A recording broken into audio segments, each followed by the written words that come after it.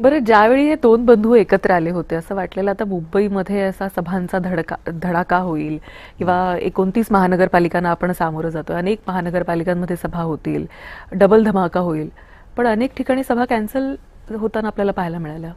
हो, आणि उदाहरण म्हणून तुम्हाला जर सांगितलं, आता उद्धवजी मला वाटतं काल काय परवा इकडे अंधेरीच्या कुठल्या तरी पॉकेटमध्ये वकोला आणि त्या भागात कुठेतरी जात होते आणि लोक जमली नाही, तर त्याचं कारण माझा आवाज बसलाय म्हणून मी भाषण करू शकत नाही असं बोलून गाडीत बसून निघून गेले.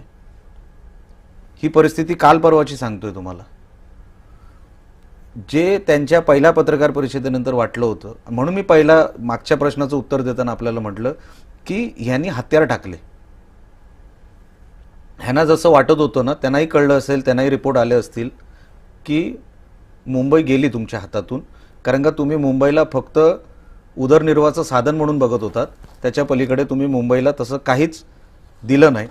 आणि जेव्हा लक्षात आलं की आता निवडणूक हातातून गेली, तर पैसे का उडवायचे सभांमध्ये वगैरे, हे का खर्च करायचा.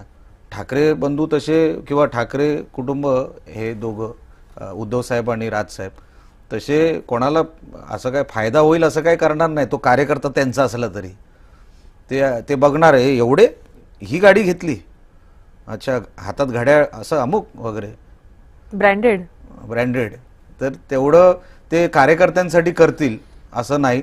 निवडणूक हातातून गेली हे कळल्यानंतर त्या लोकांनी हत्यार टाकले. त्यांची तिसरी पिढी जी आहे ठाकरेंची, आदित्य ठाकरे आणि अमित ठाकरे आता एकत्र फिरताना आपल्याला दिसत आहेत. एकत्र त्यांनी प्रेझेंटेशन केलं होतं, पाहिलेलं का आपण?